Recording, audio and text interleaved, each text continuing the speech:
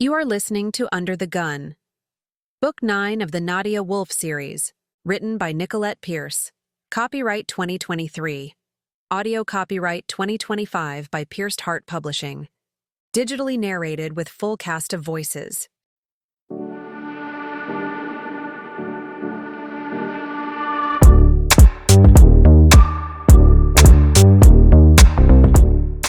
Chapter 10. Worry over why Edward didn't get Remy's approval before making the appointment with Tiffany concerned me. But Edward had done nothing to make me suspect him of being a murderer, so I chalked it up to being a memory slip instead. "I'm not sure why Edward didn't talk to you," I said to Remy. "But Maya already knows Tiffany. She's safe." Remy let out a growl of impatience. I'm 2 seconds away from locking down the entire floor with no access to anyone. That means no food. Do you understand? I nodded. I didn't mean to let it spiral into a shopping adventure. I just need some things to get me through. I can vouch for Tiffany. David said. Otherwise, I wouldn't have let her inside. Remy stretched his neck, muttering a curse. Where's the charm? When David pulled it from his pocket, Remy took it and placed it on the edge of the counter, giving it a light tap with the hammer. Nothing happened, so he tapped it harder. "Hang on. I don't want the counter damaged." Retrieving the cutting board from the dining room, I brought it into the kitchen and set it in front of him. Thank you, Remy said, placing the charm on the cutting board and giving it a whack with the hammer. Nothing. David said. Not even a dent. "What do we do with it now?" Remy scowled at the charm as if it offended him. I'm not sure. We forget about the charm for now. Put it in the safe and we'll switch gears. Time to go on the offensive. "No offensive," I snapped, knowing their plan of attack was always life-threatening. We can't hole up here forever, David said. And I don't mean charging into a drug house, I mean we gather intel and make them sweat a little.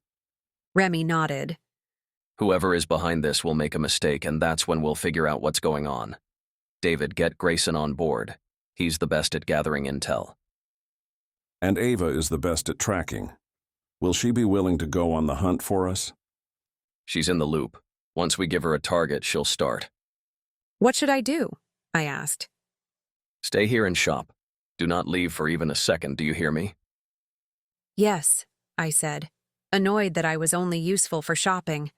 And honestly, I wasn't even useful for that either. Remy took the hammer. I'm going to speak to Edward.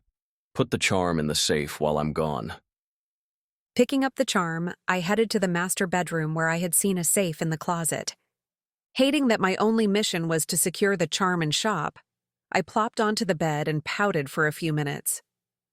I wasn't sure what I pouted about. Was it because I was forever being told to stay put and be safe? Not really.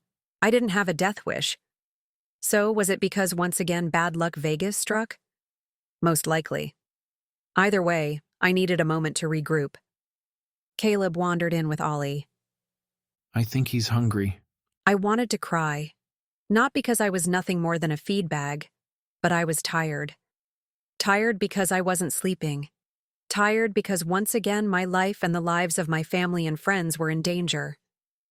"Let's get out of here," I said, sitting up with determination. "We can't. You know it's not safe." I didn't mean the hotel. I meant the city. Let's get on a plane to go anywhere but here. "We couldn't get out of here even if we wanted to. Carmela only got a block or two before she was attacked. I'm not taking that risk with you." "I'll wear a wig and have Maya dress me up," I said. Caleb shook his head. "We'll stay the night. Remy can lock down the floor and we'll lock the bedroom door as well." "Remy and David are talking about going on the offensive," I said. Caleb raised a brow as he gently bounced Ollie in his arms. "What happened to make them go on the offensive?" "They can't break the charm, so they're going to plan B.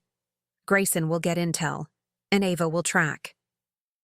I fell back to the bed in defeat. This is getting out of hand. If I leave, then life will go back to normal for everyone. I'll stay away until I'm forgotten about. "Criminals have a long memory. Let's see what information Grayson comes up with first." I sighed and held out my arms for Ollie. Caleb set him into my arms. Can you check on Tiffany? I don't want Maya and Mark in charge of my clothes. Caleb gave a small salute and then leaned down to give me a kiss. I know you're worried, kitten. I am too. We'll figure this out together. And if you want to leave tomorrow, I'll buy tickets to wherever you want to go. Thank you. Once Caleb left, I took Ollie to the comfy chair and sat down. Flipping on the TV to see if there was any more news coverage about the fire or Carmela, I found a local station with a reporter on the screen. He stood on a crumbling sidewalk in front of a home reduced to charred sticks. I swear I didn't suspect a thing, A woman said. Her bright red hair was the only color against the backdrop of the burned house. Jack was such a nice guy. He made me coffee from time to time. To think it came from a drug kitchen. A map flashed on the screen. It showed the drug house where Blondie had died. Tucked on the outskirts of Vegas, not much else dwelled. Just a few homes and abandoned trailers. A second body was found in the home only hours ago. Initial speculation has authorities looking at rival drug dealers. The reporter said. An investigative report at 10 o'clock. I looked at Ollie. I guess I know what I'm doing at 10 o'clock. His fisted hand punched in the air. You're feisty today, I said. Nadia, Tiffany called. I'm heading out. Do you need... She halted when she saw me with Ollie. Quickly turning, she said, I didn't know you were indisposed. Did you want to add anything to the list before I leave? No. As long as I have comfortable clothes and a swimsuit, I'm fine. Oh, and I need a hoodie. She spun around. A hoodie?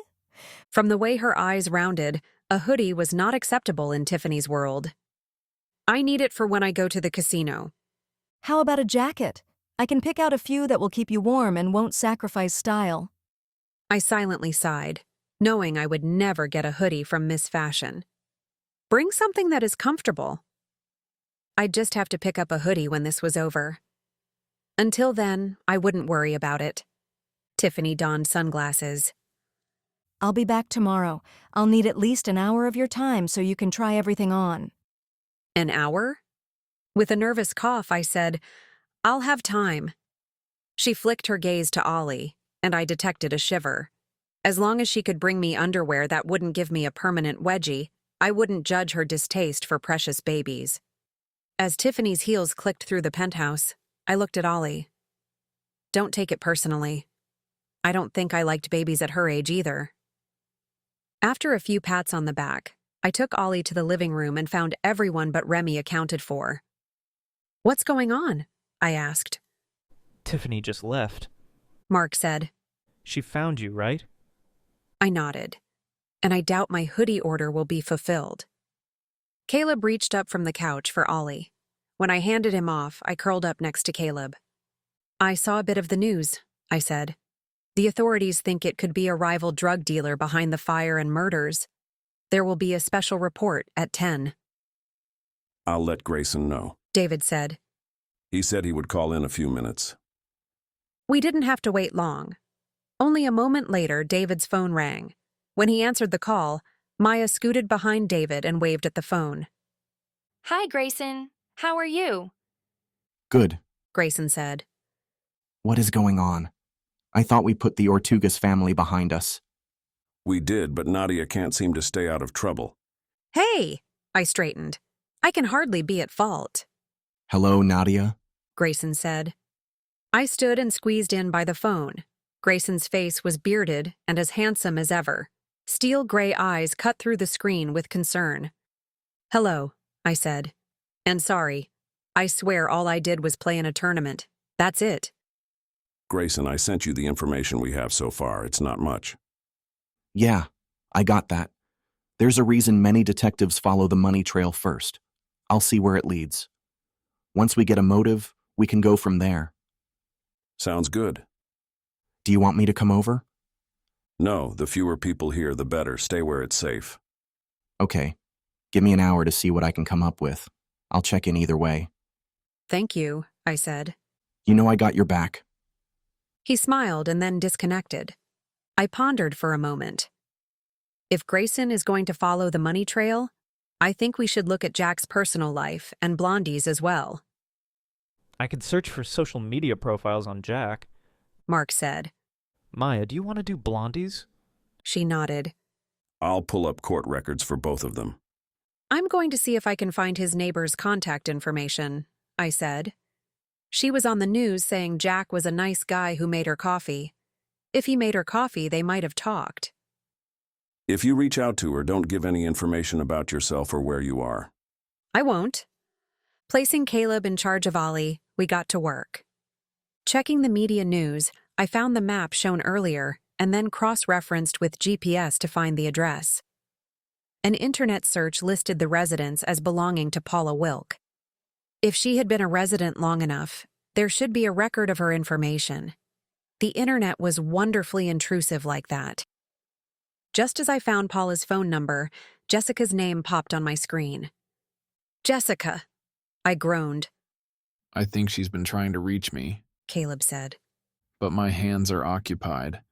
Knowing it would annoy her, I answered the call in an obnoxiously cheerful tone. Hello, Jessica, Stop being weird. she snapped. Where is Caleb? He's taking care of Ollie. Can I give him a message? Tell him he has the best manager in the world. Don't I have the best manager in the world too? I asked. She tisked. Don't push your luck. I'm one more problem away from dropping you as a client. You really know how to sweet-talk a girl. With a cluck of her tongue, she said, Tell Caleb I pulled off a miracle. The tournament director agreed to postpone for 2 days. Only 2 days? What do you mean, only? She snapped. Do you know what I had to do just to get it pushed back? I'm afraid to find out. What did you promise? Nothing that concerns you. Tell Caleb to call me soon. She disconnected. I looked at Caleb. I think she sold your soul to the devil. Since I already signed a contract with her, it's already been sold. He said with a wink. What did she want? I think she made promises that revolve around you. It will be fine, but you said the tournament is in 2 days? I nodded. He blew out a breath. I guess we'll wait and see what happens. 2 days could be enough, but I doubted it. Even with the police investigating, this wasn't a problem that would go away in a mere 48 hours. Shaking off worries as they crept in, I focused on the things I could do, and that was researching. Taking my phone, I dialed Paula's number and walked to the bedroom. After a few rings, my call went to a generic voicemail, giving me no information that I had the right person. Leaving a message to call me, I went back to the living room to wait. Anything? Caleb asked. I shook my head. Voicemail, I think I found something. Maya said. Thank Lord Elvis. Mark said. Jack is like a ghost, no profiles at all. David looked up from his phone. I doubt a guy neck deep in the drug trade would want social profiles for law enforcement to find. Blondie has a few profiles, Maya said. but only one that she is active on. Anything good? Mark asked. Looks like she went to nearly every party in Vegas. Her feed is picture after picture of her at different parties. David held out his hand for the phone. Since I was curious, I looked over his shoulder. Every picture was of Blondie dolled up in dark makeup, full-bodied hair, and tight dresses. Backgrounds were all different. It didn't look like any of the parties were held in the same location. She gets around. Mark said as he pushed in next to me. David nodded. Which gives us a loose connection. She could have stumbled into a drug dealer's party. Or she could have been the dealer. Well, even in Sin City, no one gets invited to this many parties unless they have celebrity status or have something people want. If she was the dealer, she wouldn't have told me Jack makes meth. Mark shrugged. Throwing shade on someone to make her look innocent isn't a new thing. There was no reason for her to look innocent. We were just playing poker. But Jack was murdered. Maybe she murdered him. It could happen. David said, earning him a smile from Maya. Did you find any court records? I asked. Nothing for Jack. He's squeaky clean, which bothers me. Why? I doubt a guy making meth has no records, which means his name could be an alias. What about Blondie? I asked. She's a different story. A few petty thefts, bribing, fleeing, and obstruction. However, there is nothing that would tie her to the drug trade. That's frustrating, I said. It would be good if we could find more information on Jack. Maybe Pike knows his real name. Do you have Pike's information or real name? David asked with a smirk, knowing I didn't. Don't worry, Remy can easily look him up with the tournament director's help. I'll text him. As David texted Remy, I peeked at my phone to find Paula had not called me back. With a sigh, I shoved the phone into my pocket and wondered what else I should investigate. Until we could talk to Pike, that path was a dead end. Maya, did you find anything else about Blondie? No, just a lot of party pictures. Do you recognize anyone in the pictures? She shook her head. We were obviously in different social circles. When I frowned, Mark patted me on the shoulder. Don't worry about it. You're safe and have a butler and chef. Things could be worse. Anyway, the police will figure it out soon. But I have to get going before Frankie makes good on his threat. What was his threat? To divorce me. He threatened that? Mark smirked.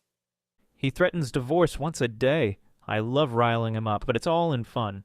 However, this last week, I don't know. Mark shrugged. Maya hugged him. You'll feel better once you see what Tiffany picks out for you. Thank you. I'll be back tomorrow. Aren't you needed at the chapel tomorrow? I asked. His brows arched. Be careful, or I'll return with my suitcase. With a huff, he headed for the front door. After he left, the rest of us waited, not knowing what else to do. However, when it grew late, we called it quits for the night. As soon as Remy locked down the penthouse floor, Caleb and I locked ourselves in the master bedroom with Ollie. We glanced uneasily at each other as we climbed into bed. Are you worried? I asked. He nodded. It wasn't so bad with everyone in the penthouse, but now it's kind of creepy. Creepy enough to jump on an airplane and escape? Let's see what happens tomorrow. We could be dead tomorrow. He frowned as he eyed the door. I'll never be able to sleep if you talk like that. I'm sorry, I said, scooting to the middle of the bed and stretching my arms out to him.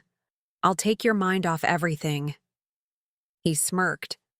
You should have led with that.